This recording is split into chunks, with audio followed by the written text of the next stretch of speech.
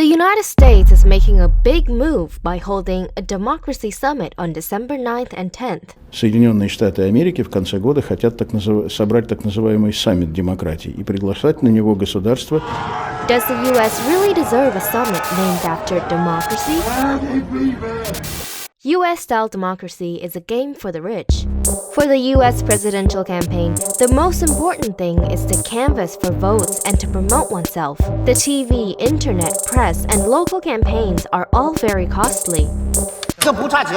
The amount spent on the 2020 U.S. presidential and congressional campaigns hit $14 billion, with the presidential campaign spending a record of $6.6 billion and congressional campaign at more than $7 billion. This is not a game for the ordinary people. U.S.-style democracy is full of empty words. To run for president, candidates will make any promise. Whether they can deliver is another matter. To repeal and replace Obamacare. In 2017, Trump repealed Obamacare, claiming to be pushing his own version of it, and then he left office with no sign of it.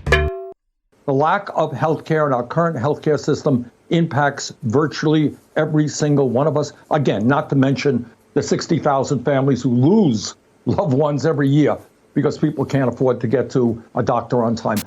U.S.-style democracy causes tension between two parties. The two parties in the U.S. claim to represent the views of different people, but actually, they're trying to maximize their own interests.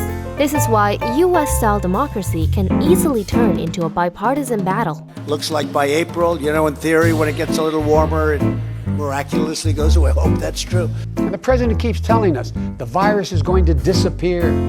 He keeps waiting for a miracle. Well, I have news for him. No miracle is coming. Well, what Joe doesn't seem to understand is that America is a nation of miracles. When quarreling does not solve the problem, such a landscape emerges. America is back. To make America great again. The latest alarm bell is an NGO report that lists the United States for the first time ever as a backsliding democracy. The credibility of U.S.-style democracy is overdrawn. Ukraine, once an important agricultural and military-industrial base for the Soviet Union, was once strong.